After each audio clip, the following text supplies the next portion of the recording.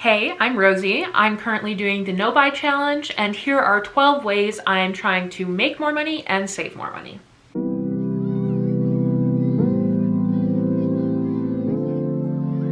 My personal journey with money has been very rocky. I've shared it before on this channel, but I have student loan debt, personal loan debt, and credit card debt that I'm trying to pay off in 2024. I have started the No Buy Challenge at the top of this year. I'll link that video down below, but that's how most of my current channel has found me, and I figured I'd give a fun update on the things I found are helping me save more money and make more money during this period so I can really maximize the challenge, if you will. I want to be able to leave 2024 with all of my credit card debt paid off, a significant dent in my student loans, and a really good savings plan. I have been trying a bunch of different things, obviously, to sort of figure out what works for me and what doesn't, how I can avoid excessive spending, and really retrain my brain not to seek out shopping in emotional times. That's where my big problems are, is I emotionally spend. I have been somewhat money insecure growing up, and I never had the financial education I should have, even though my dad's an accountant. But I really have had to go out of my way to teach myself, ask others, do my research on why I spend the way I spend, what I can do to stop it, and really try to create a new lifestyle in which I do not spend excessively to the point of not knowing if my next paycheck will cover my rent. So if you're here, you're probably in a similar financial situation. I, at the top of this year, took out a personal loan of about $12,000 in order to reduce my credit card debt and condense it all into a singular payment. It didn't get all of my credit card debt, and I still have student loans, and I still have daily expenses. I have been very precise about how much I need to save in order to cover rent, utilities, this loan payment, any extra credit card payments, groceries, insurance, the whole shebang. And with that, you know, it's hard. And just one regular job these days, I mean, like, I can make it work, but not in a way that will allow me to save for my future in the way I want to. So I have gone through my life, reorganized some stuff, and I have put a lot of focus on saving money, and then I have a few tips on how I'm personally trying to get more money, because we always need more money. That's just sort of where we're at right now. I just want to put a disclaimer out there. I have consumed a lot of media on this, and so I'm not claiming that anything I'm saying is like 100% original, you heard it here first from me. No, this is a compilation of things that I have learned from other people and that I have made work for my life, and that I think if you are in a similar situation, here's sort of like the highlights of the probably close to 100 videos I've watched on finance and how to make your money work for you as a Gen Z millennial. Without further ado, let's get started. The first area is going to be savings.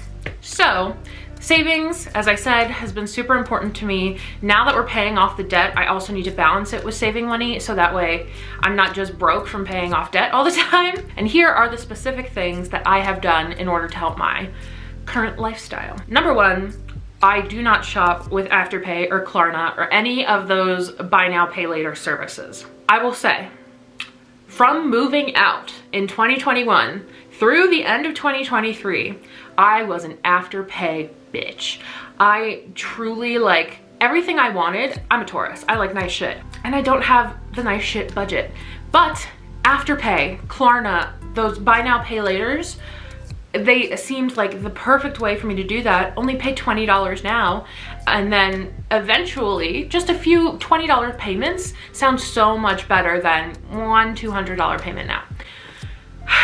This is not the way to do it. I found myself doing the buy now, pay later for almost everything in my life. That was not rent, groceries, monthly payments that I cannot avoid. All of my fun things, my furniture, my clothes, my books even. I love books. And it just made it way too easy to fall into debt without realizing it. Especially if you are not constantly keeping track of what service you're using for which website. It's far too easy to find out, oh, I'm gonna owe $20 this day, $60 this day, $100 this day, and it's every single week for months, and you can't get out of it because it's just a bunch of different little contracts that add up without you actually realizing how much it's going to drain your finances. So I made a promise to myself that I'm not going to use Afterpay for anything this year. And it's hard. There's still furniture I want for this house.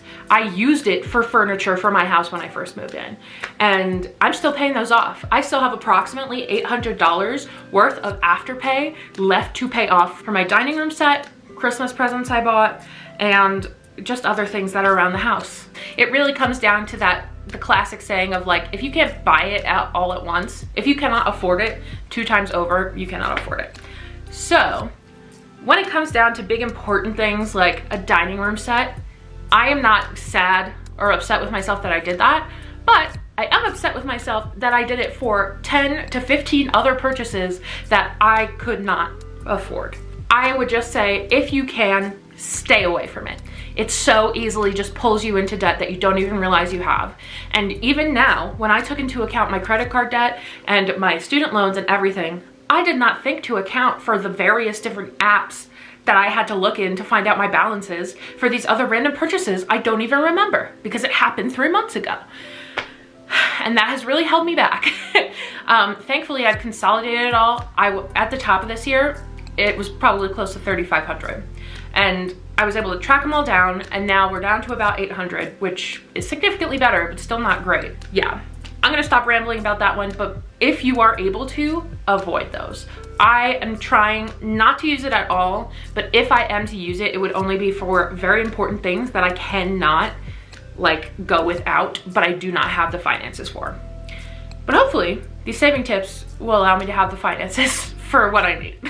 Number 2, I have a 2 out, 1 in clothing rule. One of my main tenets of my no buy is that I was trying to break my unhealthy shopping addiction and like relying on clothes for gratification. I love clothes. I love fashion. I adore it. It's a passion of mine.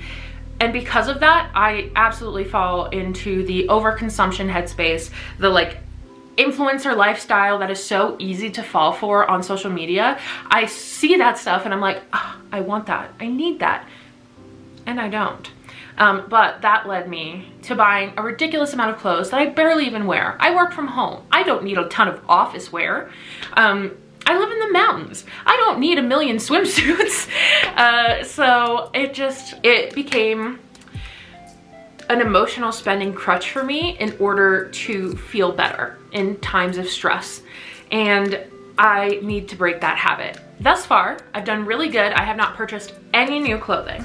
I have confined myself to thrifting spaces in like Depop and thrift stores. This month, March, as I'm filming this, I am not allowing myself to shop on Depop either, just because it gets really expensive with the shipping and honestly, things like I just don't need more clothes right now. I just really don't. And so I had already had a 1 in, 1 out rule at the top of the year, and now I have switched it to 1 in, 2 out because I need to be selling these clothes or I need to be donating them. The only reason to add more to my wardrobe is if I get rid of some of it, because I genuinely do not need it all. And if I'm not using it, someone else can. And this also just ties into, you know, the pitfalls of fast fashion. I have a ton of fast fashion stuff that like I love, but it went out of trend maybe a year or 2 ago and I spent money on it and it just sits there. So we're really working on the relationship with shopping and clothes, but with that, I now will not allow myself to purchase 1 new item from a thrift store, not even new, without getting rid of at least 2. Number 3, this one I've seen a ton of people do, and it has been very, very helpful for me. When I have wanted something, I have put it into a note on my phone. And probably every like month or so, I'm going in, and if there's something I haven't thought about since I put it on the note, I get rid of it. Because it clearly is not important enough for me to want to save for it and like prioritize it in my finances. So it's gone. I'll show you my note really quick.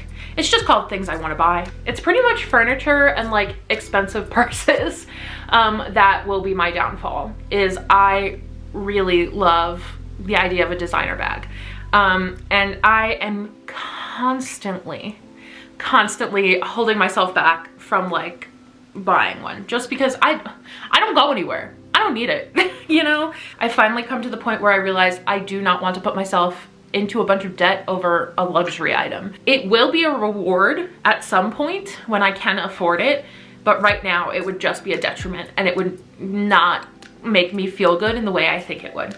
So I have those written down here. I have furniture, like I said. I have a new MacBook Pro written here, but that's because my laptop is dying and I do actually need that. So that's probably the only thing that is going to be crossed off on this list for a while. Everything else is like, the only things I see myself actually purchasing in this year are the MacBook, the carry-on and weekender bag from Base, just because my luggage is all beat up and my regular suitcase is broken. So I do need to replace some of that. And then maybe the furniture, if I can save up for it and like make it worth it. When it comes to impulsive shopping and emotional spending, it helps so much to like, when I'm able to just take a step back, think about it, write it down on this list and be like, I can get it if I think about it for a while. And then I can think about saving for it, not just purchasing it, but like saving up for it, making sure I can afford it. So it really like puts an extra step or two in between me and making a purchase that could financially ruin me. And I need that sort of impulse control in my life built into my routine. So this has been super helpful for me to like really look at the expensive things I want and figure out if I do really want them or if I'm just attracted to the idea of having like a nice thing. Number 4, this whole next section is going to be related to books, because on top of clothes, books are my other like comfort purchase. You're not even looking at a third of the amount of books I have right here, maybe not even a quarter. But I love books. I love physical books and they make me happy and I enjoy having them. I want to be Belle in Beauty and the Beast and have my own giant ass library that I can ride around on a ladder within. That's the dream. However, I am living in a rented house and will be moving probably plenty more times before I can ever make that dream happen. So why do I own all of these physical books that are heavy and hard to move with? I don't know. So another part of my no buy this year is I am not allowing myself to purchase new books, and I'm trying to reprioritize using digital books, specifically free ones. So this tip is using Libby. Libby is the best app. 100%. I'm sure you've heard about it before if you're a reader, but if you're not and you're someone who just like picks up a book every once in a while, but like you don't really care about keeping it, but you still buy it, check out Libby, because it links to your library card. There's a ton of things available online, audiobooks, ebooks. I even seen like PDFs. I don't know. They have a bunch of different like options to read. And if you're following my reading journey this year, I have been on a grind to read all of the Warrior Cats books by Erin Hunter since September, and there are well over 50. Well over 50. The only way I have read as many as I have, I am almost caught up, is through Libby. I have been able to rent them and return them, and I don't have to worry about clogging my shelves with a bunch of middle school cat books, and it has helped me read so much more. And to have that access at my fingertips of new books, of old books, of everything I want from my library, but the Libby app makes it so convenient and quick. It's honestly fantastic, and like I said, it's free. So you can even request books that your library does not have, and they will sometimes be able to get you a copy. If you are not on the Libby grind, please go get into it. And then coupled with that, I have started using Spotify for audiobooks. I am not paying extra for that. I think that's whack as hell. I do already have Spotify Premium because I like my playlists. I like listening offline. It was the first subscription service I ever purchased, and it was like high school. So I'm a ride or die. We're staying with her. But ever since they added like, you get a free audiobook each month, I was sort of like, huh, that's interesting. Okay. I was never really an audiobook person, but I can't deny the fact that like these bestsellers fresh off the presses that I do want to read are here for free in my phone, and I can listen to them, and I'm already paying for the service, so why not utilize all of it? So if you haven't already tried the Spotify audiobook section, give it a go. Once again, I'm not a huge audiobook person, and I'm trying to get into it, especially because I'm technically paying for it already. So make sure you are utilizing all of the services you are paying for. With this, the next thing I'm doing is I am trying to read my books, my physical books that I have in my library, and if I do not love them enough to keep them, like if they are not 4 or 5 star reads, I am getting rid of them. And so with that, I'm either selling them, trading them, or putting in little free libraries. For the selling, you could sell them on Depop. You could also sell them at your local used bookstore. Denver has like 3 or 4 that I could go to, sell them, and either get store credit or actual cash. One I went to called Petals and Pages, beautiful place. I traded in my used books for store credit, and honestly, I only got like $2 per book of store credit, even if they were like $27 hardcovers. But when it comes down to my actual goal of paring down my physical books and making sure the books I do have that I didn't love go on to a better home, it works great, because then maybe I can get 1 book and replace 12 books with 1. And that is a lot more reasonable for what I'm going for personally. So I'd say definitely check out any local smaller bookstores that you have in your town. See if they do trade-in or selling. And if you have some books on your shelf that, hey, maybe it was like the bestseller from 2019 that you read once, you thought was great, and you don't really need it anymore, go get yourself some money for a new book, you know? And then obviously free little libraries. Beautiful, fantastic, wonderful idea. Thank you to whoever came up with them. I know that the Amish build the libraries, but I don't know if they came up with the idea. If they did, great job, guys. They have an app, they have an Instagram, they have a website. You can find the little free libraries located in your area super easily. And one thing I'm gonna do in the future, probably this spring, is take a bunch of my books that I either I'm not selling or like I just think other people would enjoy more within my community, and dropping them off at a bunch of little free libraries. There's one around the corner for me, but that one's always full. So I'm gonna get the app, I'm gonna go around to a bunch of different free libraries, see if I can drop some stuff off, maybe trade some things in. And honestly, it's a great way to both like feel good about contributing to your community and declutter your house. You know, get rid of the things you don't need and perhaps pass them on to someone who would enjoy them. And then finally, my last tip on saving money is unfollowing brands on social media. I've seen people do this in their social media cleanses throughout the years, and I did this at the top of the year, and I have to say, it has helped so much with the impulsive spending that I've been prone to do on Instagram and TikTok and whatever. You're already being bombarded by ads, always, constantly. And you don't need to put extra ads on your feed. You know what brands you like. If you need something from them, you can go search it out. I'm sure an ad will pop up for you at some point. I used to follow like every single one I liked, and now I follow a handful that are specifically either catering to plus size, sustainable, or small businesses that like I really want to support.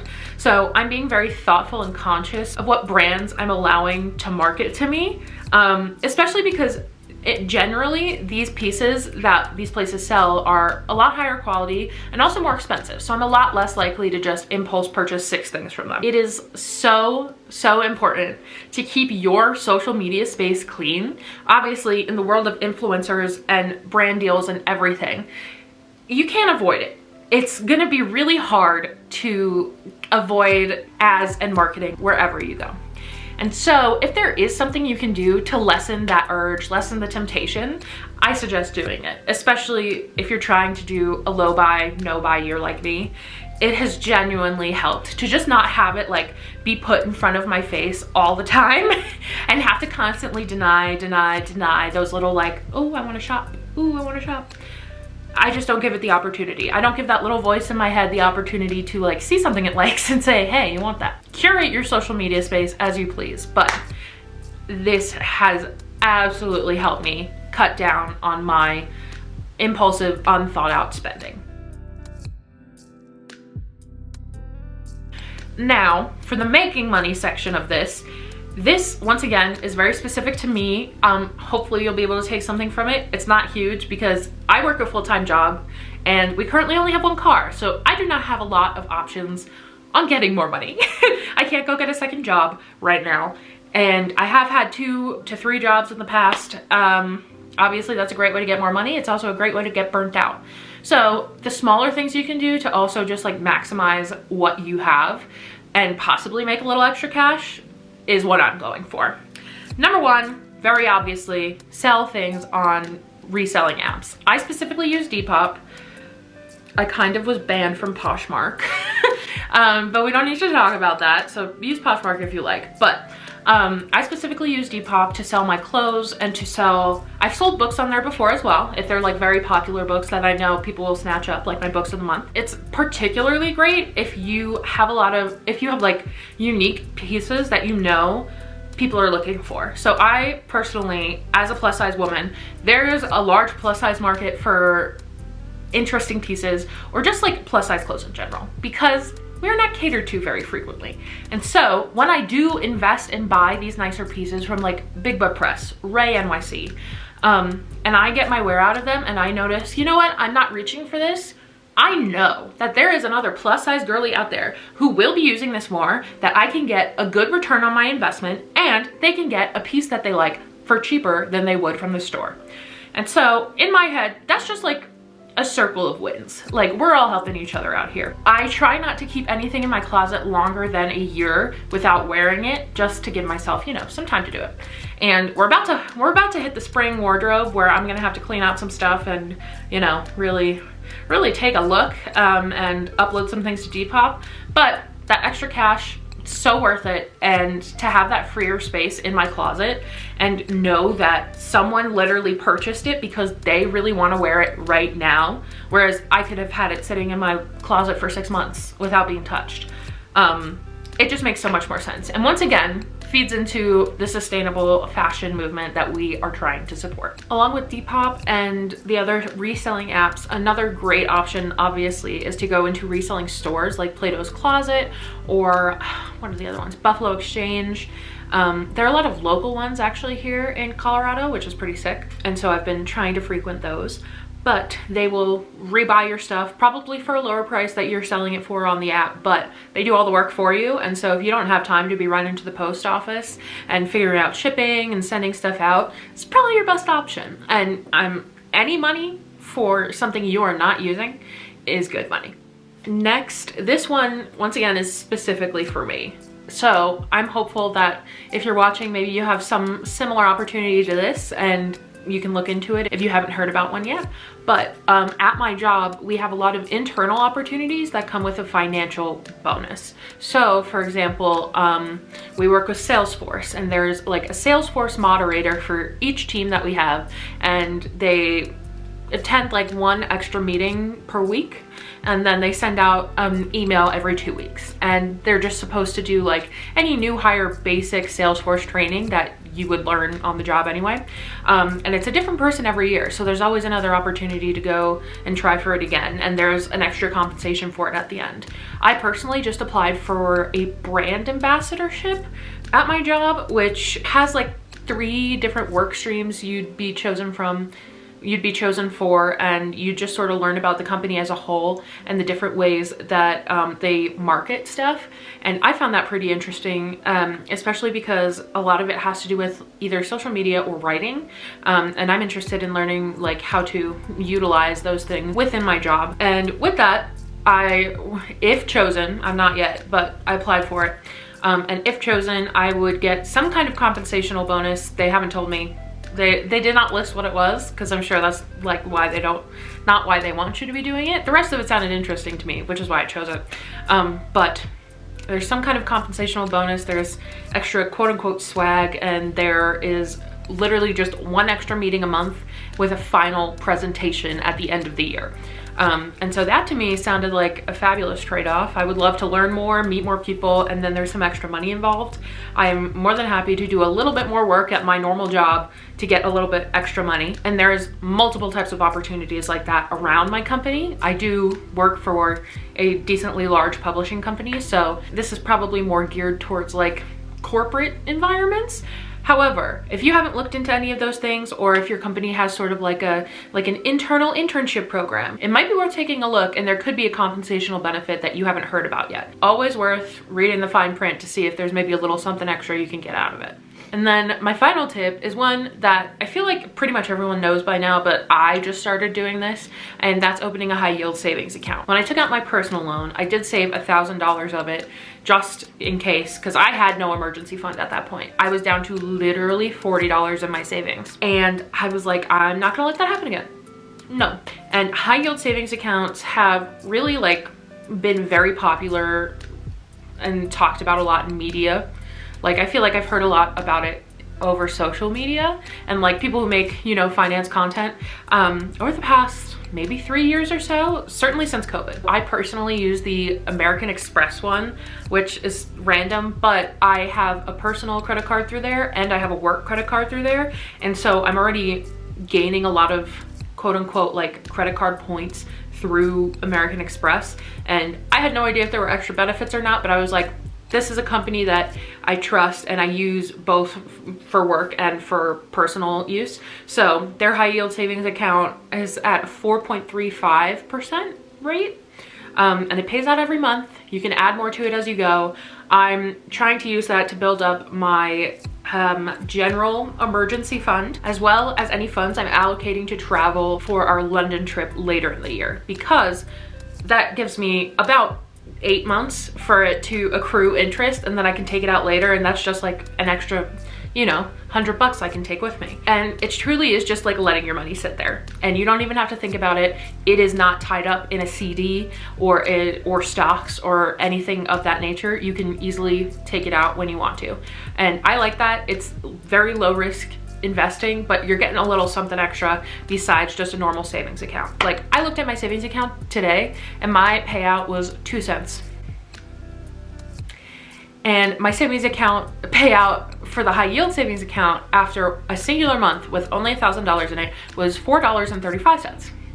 So already vast improvement just by letting it sit somewhere else. So if you haven't done it yet and you've been thinking about it, just do it. Please just do it. It's just the easiest way to let the money that you need to access grow without you doing anything about it. In my opinion, as someone who is like very mildly financially literate, like, I'm not an expert by any means. These are just things I've picked up from other people. It seems like the best place to dip your toe in and then hopefully explore what other financial options you have.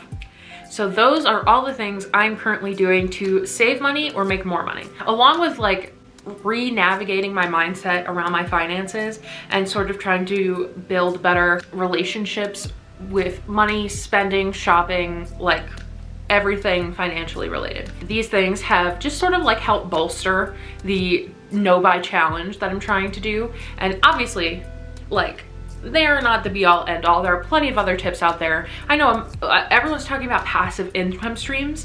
However, those can be super intimidating to start, especially because a lot of them are like, create a template and sell it, or create an online course and sell it. I'm a 25-year-old girl. I have 2 degrees, but I couldn't make a course for you to take. I have nothing interesting to say right now that is worth your money. So I personally find a lot of the like very popular side hustles that are being pushed right now not viable for me. So these are like the small ways I'm trying to incorporate saving and growing my money without overwhelming myself or trying a bunch of side hustle things that I don't believe will work for me. If you're in a similar boat where you're like, that all sounds great, passive income, love it, but I don't know where to start, this is where I am. And hopefully someday we'll be at the point where I do have enough knowledge to create a course or create some kind of like, I don't know, like a journal, or I don't know. But hopefully I will be at the point where I can create other passive income streams.